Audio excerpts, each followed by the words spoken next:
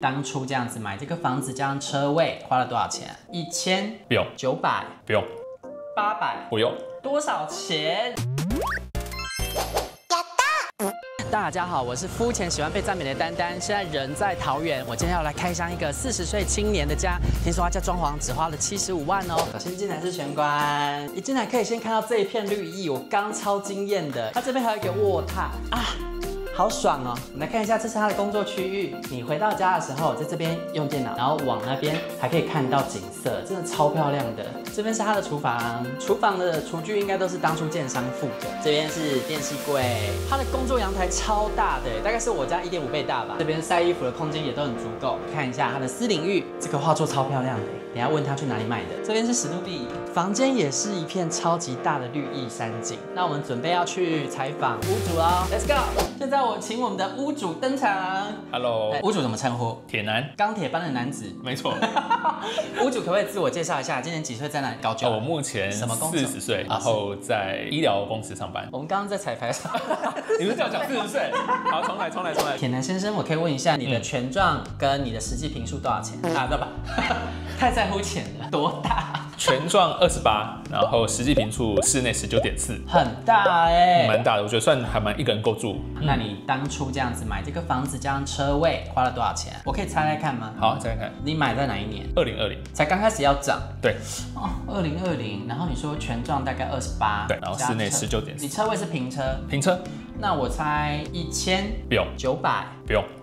800，不用。多少钱？770，也太便宜了吧？对，770。有杀价吗？还有杀，好便宜耶！对，所以就是770。那你装潢总共花了多少钱？装潢的话，如果单纯装潢的话，大概花了75。家具跟家电的部分，大概花了50，不到1000万，就整个弄好了。对，没错。好厉害哦！是不是很舒适？很厉害。然后你这个房子2020年买好，你是预售屋？对，2023+5。哦，好好哦，可是你这样价格真的很便宜耶！真的，我当时买就超值的。好，那我们准备来看一下他们家长什么样子吧。来喽！现在先从玄关开起，你有做好心理准备我要在你家乱翻了吗？蛮紧张的。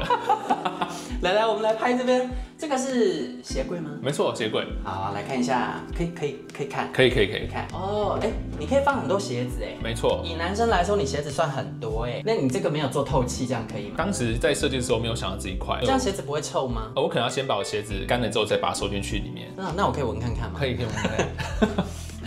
真的没什么味道。那这边是收纳的地方，因为有电箱遮在这里面。哇，你有3个登机箱。没错。接下来我们来看一下，这边是我最喜欢的区域。你这边整个都有思考过哎 ，Louis Vuitton 的风格的灯。所以你家是主打一个什么样的风格啊？一个无印纯白纯木的一个风格。我不希望我家太过于复杂，想要简单的颜色。你所有的家电都有挑过，像音响特地挑白色。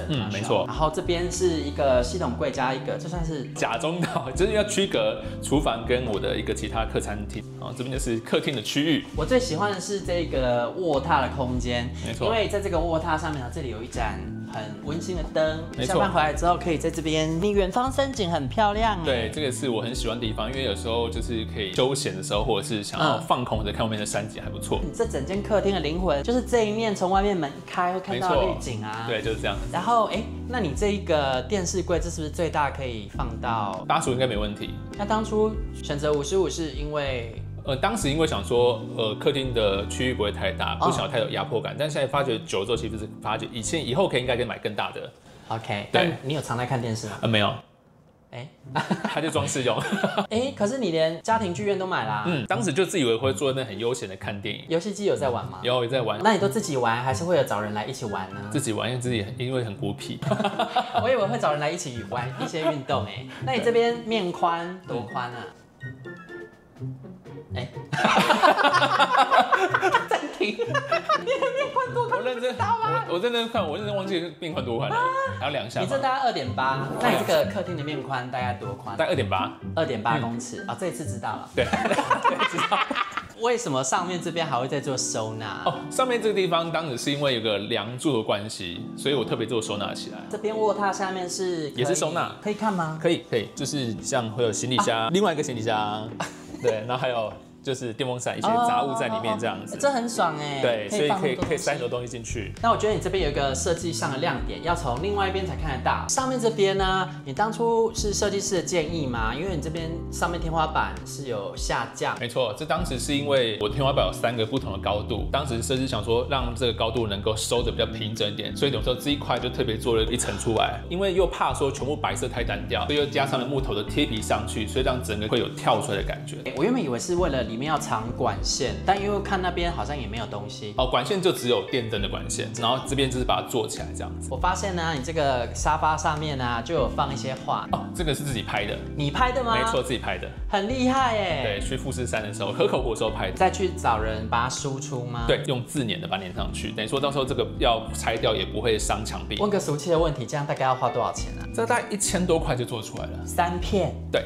然后后面用 3M 挂，对，就那种可以除胶的，所以非常的方便。我以为是买的，没有自己拍的。那这边我们来看一下这边，它这边走廊啊也有3幅画作，这也是你自己拍的吗？对，没错，自己拍的。帮我们介绍一下这个拍摄的理念。当初理念就是，其实当时我在选的时候，我不希望这个太过留白，所以我选了红色、绿色跟蓝色一个色彩3原色。然后这个是在稻荷神社拍的，然后这是清水寺的线香，然后这个是高雄的大港桥，对，所以就呈现出红色、绿色、蓝色3种颜色出来，会让这一面墙会看起来会再缤纷一点点，这样子，比较多一点活泼的感觉。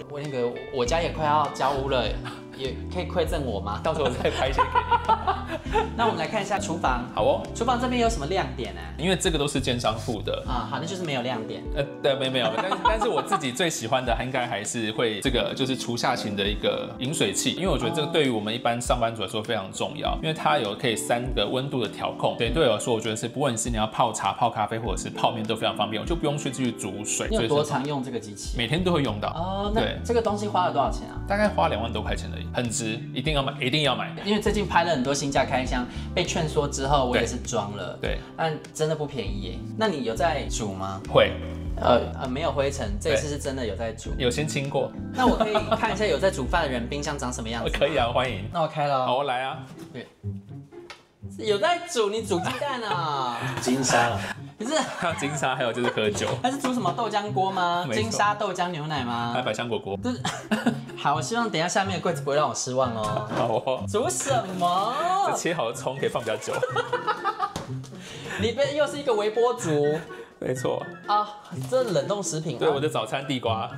煮水饺。对，水饺才是水饺。各位观众，你们现在如果看到那个男生在外面就宣称自己是有在煮饭的，你先问他一下，都去哪里买菜？那你有在煮吗？会。你看啦，有杏鲍菇啊，还有蒜头。不是，这是拿去气炸了吧？然后葱这。好，我们来看一下电器柜，好不好？哎，你这个电器柜只有2格，够用吗？应该是说，我觉得当时没有想到这么多，没想到后面我会添购这么多的器材出来，所以我现在觉得不够用。所以如果之后要再调整，我觉得必须要再多调几格出来。目前是这3，但是你会发现这边是变得非常拥挤。你在用的时候还要搬来搬去。对，没错，所以我觉得必须要再多1格出来，去做一个空间的摆设，这样子。大家有发现它的偏执吗？它家的装潢都是白色之外，它电器也都要是白色的哦。你看这都是白色的哦，这个花了不少钱哦。对。听听看这悦耳的声音，哎，好，果然不是我的东西，不会操作。好，那我们去看工作阳台。连洗衣机都是白色的哦。没错。你这工作阳台超大哎，当初没有想说要装个什么电动的晒衣架吗？当时是预算考量，所以就没有特别装，所以就用手动。但基本上我现在也没有让它动，就固定这个高度，因为我在吊衣就蛮方便的这样。你都会在这边晒，还是说你其实都拿进去里面？平常都会这边晒，但是我冬天比较潮湿的话，我就会把衣服洗好之后拿去里面的工作室去晒。而且你这个对流算蛮好的吧？因为2边 L 型的。对。所以不会太过于闷热，然后而且通风，所以衣服会比较好干。对我自己人在这边，因为它这个是室外机，应该会有热度，可是因为旁边一直有风过来在对流，所以没有什么不舒服的感觉。好棒，那我们准备要去看私领域了。我会看到什么奇怪的东西吗？来不及收了。Hello， 我是丹丹，还没订阅吗？如果你喜欢看居家装潢风格跟饭店开箱影片，记得订阅我的频道，开小铃铛。那我们继续看下去。东西都有藏好吗？准备好了。我们来看一下这边。这个是你的算是客房吗？对，原本是要规划成一间工作室，因为我都到餐桌上去工作，所以后来这一边是变成你的衣物干燥间。没错，就是当我下雨天的时候，我会把这个架子打开，就可以把衣服晾在里面来。你扫地机器人在这边，所以这边是有做进出水孔吗？还是你这个就是自己倒水？就把它倒在这里面这样子。你要让它工作的时候，你就把门打开。对，就让它出去。那这样子你什么时候才会用到吸尘器？当我发现它扫不干净的时候，我就用吸尘器。所以它多数时候都可以扫干净吗？大部分都是可以，但是有时候会有一些细屑的时候，我们这种浅色地板有时候还是需要清洁，那我就用这个再去把一些细部地方再清干净这样。我自己本来也是 Dyson 的吸尘器，但因为我这一次在买吸尘器的时候，我发现这个牌子吸尘器有自动集成，没错，所以我就想说，那帮我试试看，因为好多网红他们都在介绍，那大家别担心哈，我没有业配，因为我这么小，没有人找我业配，我是自己花钱买的，好不好用，我到时候再来告诉大家，因为大家都把它吹得像神一样。但这个扫地机器人你觉得是好用的吗？我觉得算是好用，就是平常工作一忙的时候可以帮我做一个大部分，它可以做扫地跟拖地，算干净，对，算干净的。有什么东西就是喷到地上也 OK。还没喷过。因为你很爱干净，不会喷到地上。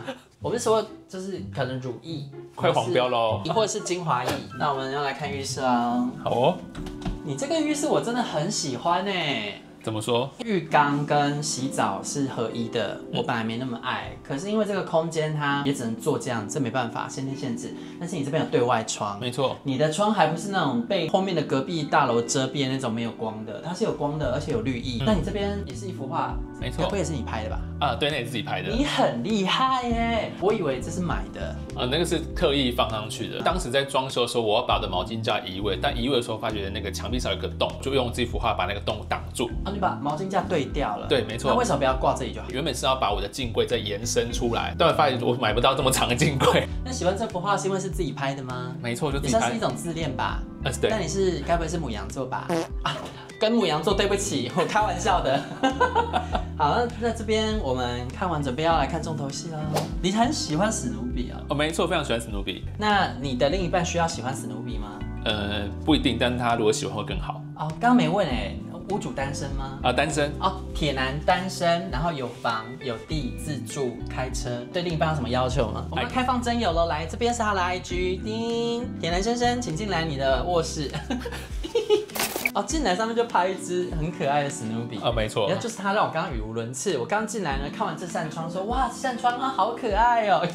对，就是他，就是他，这真的很可爱。我自己也喜欢狗，史努比超可爱。这个景色，躺在床上看的时候，刚好就是外面远方的山呢。对，所以早上起来就是看到一片滤镜。虽然说我们站着够高的时候，可能会看到一些外面的铁皮，可是躺在床上这样往上看的时候，铁皮的含量是比较少的。对，就是山景跟蓝天。对，那这样窗户那么大，平时在房间可以把衣服脱光吗？尽量还是不要好了。真的吗？因为如果点灯外面其实看得很进来。您说晚上？对，晚上的时候很明显。那白天的时候？白天的话，因为白天在上班，所以这边脱过衣服。不是因为我不是故意要那个，是因为我自己在家的时候，有时候洗完澡很热啊，就没有办法穿衣服。那我们再往里面来看一下，衣柜可以看吗？可以啊，可以啊。里面会有什么东西掉出来吗？没有，都收好了。我在等这个，为什么大家都把家收得那么整齐？其实我觉得以男生来说很整齐耶，因为你算是有稍微分类一下。上面是什么枕头吗？上面的话就只是也是置物的空间。那这边是？这边就是长裤。而且它的衣柜真的很香哎，好罕见，就是这么爱干净。对，大家有发现他家其实蛮干净整齐的吗？就是他好像说他平时家里就是这样子哎，爱干净的男生哦。来这边是他 IG， 这边单身多久了？好阵子了，是2天吗？2个礼拜？没有，很久。这个镜子是你自己额外装的？这是当时设计师我们跟他讨论之后，因为他不想要整面镜子在这边，因为整面镜子的话，如果我头对着，其实是晚上睡觉怕吓到自己。玩具都在这里吗？没有玩具，可以啊，可以。是隐形眼镜哎。对。大家家里都好干净哦。那我可以看一下垃圾桶里面有什么吗？可以啊。没有啦，开玩笑，没有那么变态啦。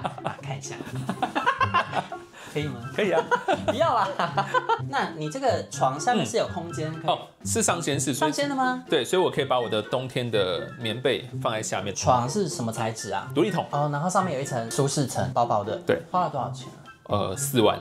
大家床都很舍得花。因为睡觉是对我们很重要的事情，所以我觉得一定要好好认真买。那你枕头也都有在额外花钱？枕头的话，那个是比较功能性的啦。